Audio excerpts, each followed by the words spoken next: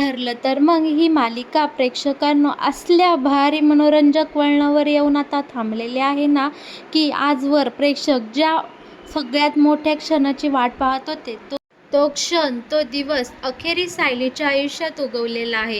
बरं का प्रेक्षकांनो, अखेरीस मधुभाऊंनी आपल्या सायलीला तीच खरी तन्वी आहे असं डोळ्यांची उघडझाप करून सांगितलेलं आपल्याला पाहायला दिसणार आहे. शिवाय इकडे सचिनने आणि प्रियाने जो काही मोठा प्लॅन, मास्टर प्लॅन बनवलेला असतो, तो कसा फुसकाबार निघणार आहे हे पाहण्यासुद्धा आपल्याला खूप मजा येणार आहे बरं का.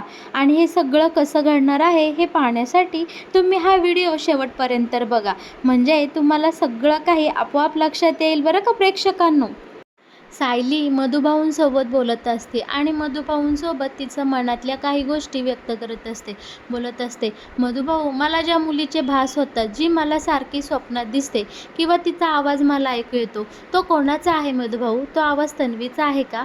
कारण लहानपणी माझ्याविषयी जे काही तुम्हाला माहीत आहे ते फक्त तुम्हालाच माहिती आहे. मी लहानपणी कशी होते, माझा आवाज कसा होता, माझ्या सवयी कशा होत्या, हे सगळं तुम्हाला माहिती आहे, बरोबर ना मधुभाऊ? मधुभाऊ, मी तुमच्यासमोर हात जोडते हो, प्लीज तुम्ही मला या आता धर्मसंकटातून बाहेर काढा.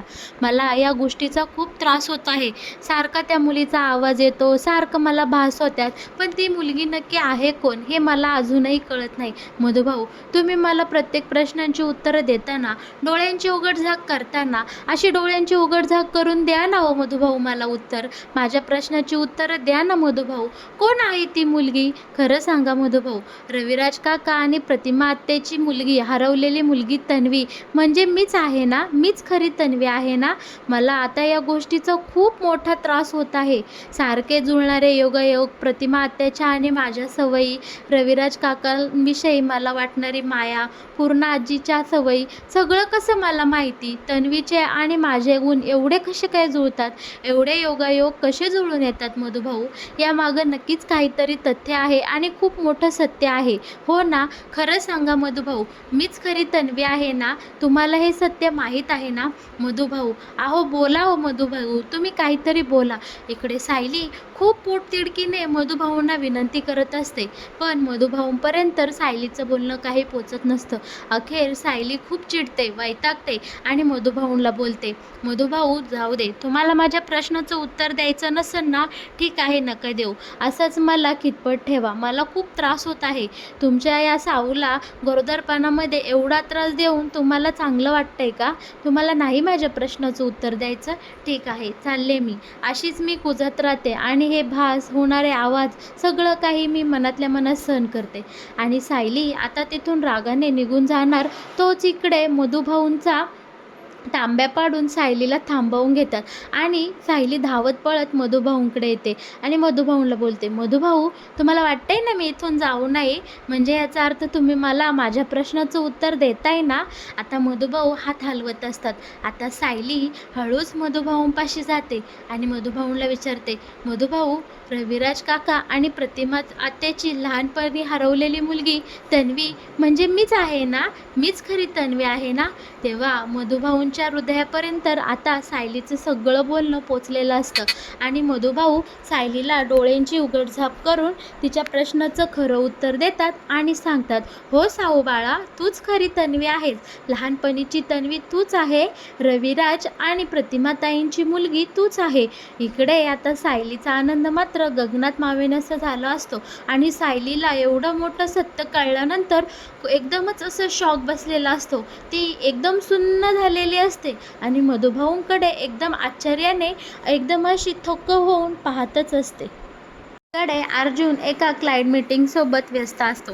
तितक्यात त्याला गजर वाजतो. त्याला आता आठवतं सायलीची ड्रिंक घ्यायची वेळ झाली आहे. तो लगेच कुसुमताईला इकडे फोन करून सांगतो, कुसुमताई, माझ्या सायलीला तेवढा ज्यूस नेऊन द्या बरं, तिची आता ज्यूस घ्यायची वेळ झाली आहे. कुसुमताई बोलते, हा तर तू सांगितलं नसतं तर तुझ्या बायकोला मी उपाशीच ठेवलं असतं, हो ना अर्जुन सर? आता इकडे अर्जुन बोलतो, माझ्याशी वाद घालू नका, पटकन माझ्या बायकोला ज्यूस नेऊन द्या. तेव्हा आता हे क्लायंट बोलत असतात की तुम्ही तुमचा फोन बंद नाही करू शकत का? तेव्हा आता अर्जुन सांगतो, नाही हो, माझी बायको प्रेग्नेंट आहे आणि मला तिची काळजी घ्यावी लागते, त्यामुळे फोन तर काही मी बंद करू शकणार नाही.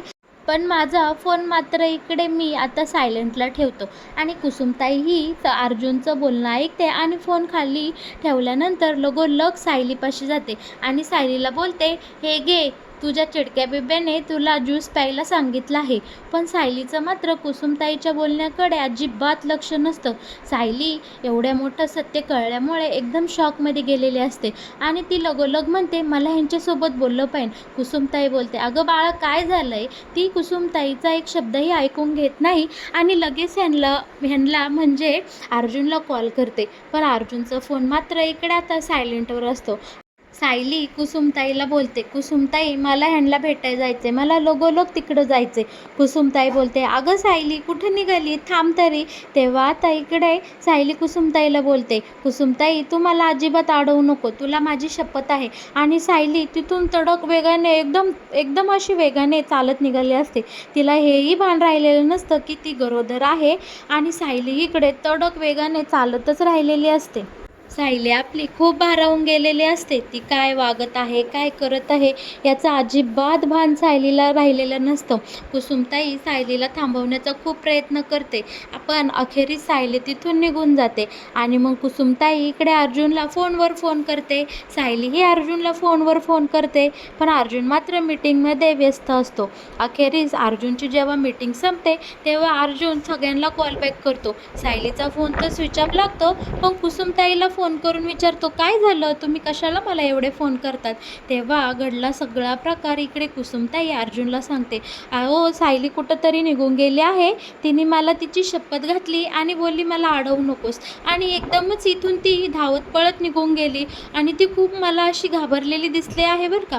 इकडे अर्जुनही खूप घाबरतो आणि लगोलग आता सायलीचा शोध घेण्यासाठी अर्जुनही निघालेला असतो. कुसुमही खूप घाबरलेली असते. दुसरीकडे कल्पना अश्विनची समजूत काढत असते आणि बोलत असते, बाळा तू इतका मोठा घाणेरडा प्रयत्न का केलास? तू मला सोडून जाणार आहेस का? तुला माझी थोडीसुद्धा काळजी चिंता वाटली नाही का? अश्विन का रे तू असं वागतोस? तुला कळत नाही आहे का? अरे तू खूप मोठा नावाजलेला डॉक्टर आहेस. तेव्हा अश्विन बोलतो, मम्मा मला सगळं कळतं गं, कामामध्ये माझा वेळ कसा निघून जातो हेही मला कळत नाही, पण मी जेव्हा या रूममध्ये येतो तेव्हा मात्र मला त्या प्रियाची, त्या नालायक बाईची सारखी आठवण येत राहते आणि ती माझ्यावर फिदी हसत आहे असं मला जाणवतं. असं ती बोलते की कसं मी या अश्विनला मूर्खात काढला, तिने मला कसं खोटं नाटं बोलले, कसं काय वागली, सगळं आठवतं. तिच्या सगळ्या आठवणी इथे माझ्या डोळ्यासमोर गोळा होत्यात आणि मला असा डायरेक्टच की मी माझं आयुष्य संपवू वाटतं, जीव देऊ वाटतो. मम्मा प्लीज मी गेस्ट रूममध्ये शिफ्ट होतो, मला आता या रूममध्ये राहू वाटत नाही, आणि जर का मी या रूममध्ये राहिलो तर मी आता वेडा होईन. मम्मा मी ठार वेडा होईन, ठार वेडा. प्लीज मम्मा मला गेस्ट रूममध्ये जाऊ दे. तेव्हा कल्पना बोलते, अरे अश्विन तुला जसं करायचं जसं वागायचं ते कर, मी तुझ्या सोबतच आहे. बाळा स्वतःला एवढा त्रास करून घेऊ नकोस. तुला जर गेस्ट रूममध्ये राहून बरं वाटत असेल तर तू लगोलग तिकडे शिफ्ट हो. आणि दुसरीकडे मात्र अस्मिता ही इंटरव्ह्यूसाठी गेलेली असते आणि अस्मिताचा इंटरव्ह्यू छान होतं आणि तिचं सिलेक्शन होतं, पण तिच्या हातात हे बाळ पाहून डायरेक्ट समोरचे सर बोलतात की अस्मिता मॅडम मला अशीच तुमच्यासारखी होतकरू मुलगी हवी होती कामासाठी, पण तुमचं लहान बाळ आहे आणि आपल्या ऑफिसमध्ये कामाचं लोड खूप असतो, त्यामुळं आय एम सॉरी आम्ही तुम्हाला हा जॉब देऊ शकत नाही, कारण तुम्ही पुढे जाऊन बाळाचं कारण पुढे करून कामाकडे तुमचं दुर्लक्ष होईल आणि आपल्या कंपनीचं नुकसान होईल, त्यामुळे तुम्हाला मी ही नोकरी देऊ शकत नाही, आय एम सॉरी. दुसरीकडे सचिनने आणि प्रियाने मिळून असला भन्नाट प्लॅन बनवलेला असतो.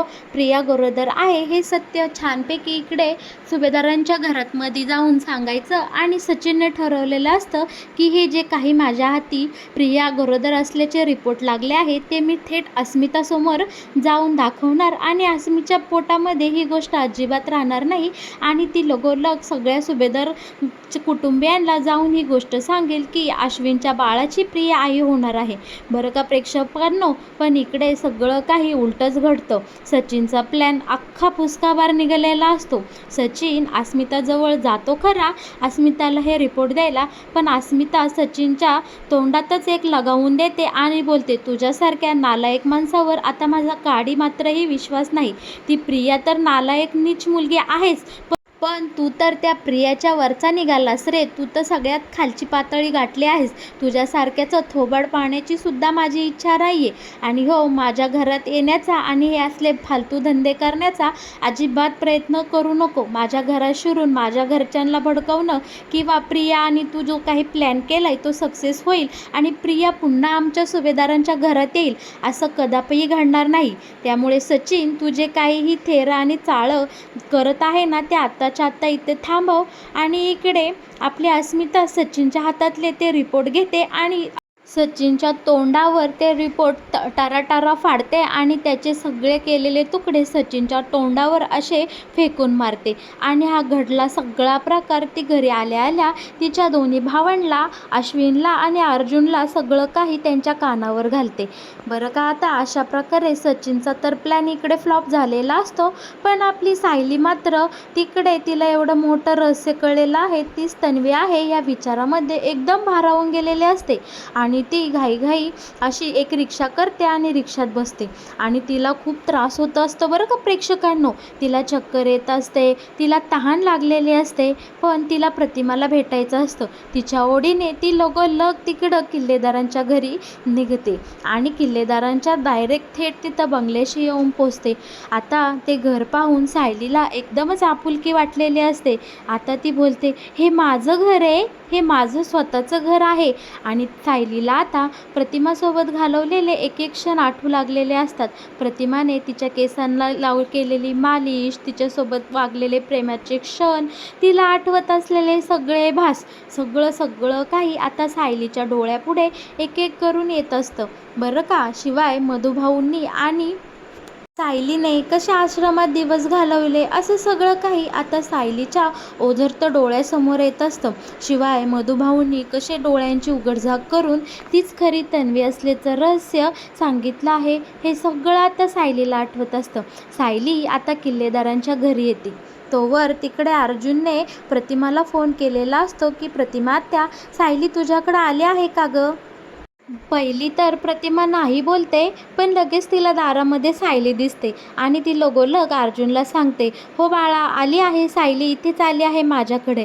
आता अर्जुनचा जीव भांड्यात पडलेला असतो. अर्जुन फोन ठेवतो आणि लगोलग इकडे प्रतिमा आत्याच्या घरी यायला निघतो. सायली प्रतिमा आत्याकडे एकदम डोळे भरून पाहत असते. सायली एकदम भारावून गेलेली असते. तिला सगळीकडे तिचं बालपण आणि बालपणच दिसत असतं. सायली लगोलग प्रतिमा आत्याजवळ येते आणि आत्याच्या गालाला हात लावते. तिच्याकडे डोळे भरून पाहते, कारण सायली आता तिच्या सख्या आईजवळ आलेली असते. तिच्या आईला तिने स्पर्श केलेला असतो. या भावना सायलीच्या हृदयामध्ये एकदम दाटून आलेल्या असतात. सायलीचा स्पर्श प्रतिमाला काहीसा अनोळखाच वाटत असतो. सुमनही या दोघींकडे एकदम टक लावून पाहत असते. आता प्रतिमा बोलते, सायली बाळा, काय झालं आहे? तू अशी का दिसते आहेस? खूप दमली का गं? तेव्हा आता सायली काहीच बोलत नाही, फक्त आपल्या आईच्या गालाला हात लावून उभी असते आणि तिला डोळे भरून पाहत असते. या दोघींचं हे प्रेमाचे क्षण पाहताना बरं का प्रेक्षकांनो, आपलंही मन एकदम भारावून जातं. आणि आता सायली प्रतिमाला सांगणार तोच, आत्या, मीच तुझी तन्वी आहे. पण इकडे सायली मात्र या सगळ्या विचाराने, या सगळ्या गोंधळाने आणि सगळ्या धावपळीमुळे ती एकदमच अशी चक्कर येऊन धडक्याने खाली पडते. आणि इथं काय झालं हे अजिबात कोणाला कळत नाही. सायलीने प्रतिमाच्या खांद्यावर डोकं मान टाकलेली असते आणि तशीच ती गळ्यात पडता पडता खाली पडते. इकडे सुमनही खूप घाबरून जाते, प्रतिमाही घाबरून जाते. दोघीही लगोलग अर्जुनला आणि डॉक्टरांना फोन करतात आणि अर्जुन धावत पळत डॉक्टरांसोबतच आता इकडे किल्लेदारांच्या घरी आलेला असतो. सायली बेडवर बेशुद्ध असते. प्रतिमा, रविराज, घरातले सगळेच, कल्पना आणि इकडे सुमन सगळे असे घाबरून गेलेले असतात. नक्की सायलीला काय झालं? सायली का चक्कर येऊन पडली? अर्जुन आता लगोलग डॉक्टरांना घेऊन आलेला असतो आणि डॉक्टर सायलीचं चेकअप करत असतात. अर्जुन बोलत असतो, डॉक्टर काय झालं माझ्या बायकोला, ती व्यवस्थित आहे ना, आमचं बाळ तर ठीक आहे ना. आता डॉक्टर सांगू लागतात, घाबरायचं काही कारण नाही आहे, त्यांना कसला तरी जबरदस्त मानसिक ताण आलेला आहे, त्यामुळं ते चक्कर येऊन पडले आहे, पण ठीक आहे आता सगळं. आणि त्यांची तब्येतसुद्धा छान आहे. त्या शुद्धीवर आल्या की तुम्ही त्यांना छानपैकी लिंबू पाणी प्यायला द्या आणि त्यांची काळजी घ्या. आणि मी ह्या काही औषधं देत आहे आणि त्या शुद्धीवर आल्यानंतरच तुम्ही त्यांना द्या, काळजी करू नका. इकडे आता अर्जुनचा जीव भांड्यात पडलेला असतो, पण सायली मात्र बेशुद्ध होऊन तिथेच बेडवर लोटून राहिलेली असते. बरं का प्रेक्षकांनो, आता हळूच डोळे उघडत सायली शुद्धीवर येते आणि तिला उठवून बसवलं जातं. बरं का प्रेक्षकांनो, आता अखेरीस तो क्षण आलेला असतो. सायली आता प्रतिमा आणि रविराजला सगळं काही सत्य ओरडून ओरडून सांगणार असते. सायली प्रतिमा आणि रविराज काकांना जवळ बोलवते आणि बोलते, रविराज काका आणि प्रतिमा आत्या, मी तुम्हाला आज एक गोष्ट सांगणार आहे. आई आणि बाबा, तुम्हाला माहिती आहे का, तुमची लहानपणी जी मुलगी हरवली ती मीच आहे, मीच खरी तन्वी आहे. आज मला मधुभाऊंनी डोळ्यांची उघडझाप करून माझ्या सगळ्या प्रश्नांची उत्तरं दिली. बाबा, आई, तुम्ही माझे खरे आई बाबा आहात आणि मीच तुमची खरी मुलगी आहे. इकडे मात्र आता किल्लेदारांच्या घरात आनंदाला उधाण आलेलं असतं. दोघेही नवरा बायको मिळून सायलीला एकदम कडकडीत मिठी मारतात. आपल्या लाडक्या लेकीला आणि जावयाला दोघेही जवळ घेतात आणि आपला रविराज काका तर डायरेक्ट मधुभाऊंना भेटण्यासाठी जातो आणि मधुभाऊंचा हात हातात घेऊन त्यांचे खूप खूप आभार मानतो. सायली अर्जुनला कडकडून मिठी मारते आणि बोलते, अहो मी अनाथ नाहीये, माझे आईवडील जिवंत आहे आणि ते आज माझ्या समोर आहे. मला आज माझं सगळं कुटुंब मिळालं आहे.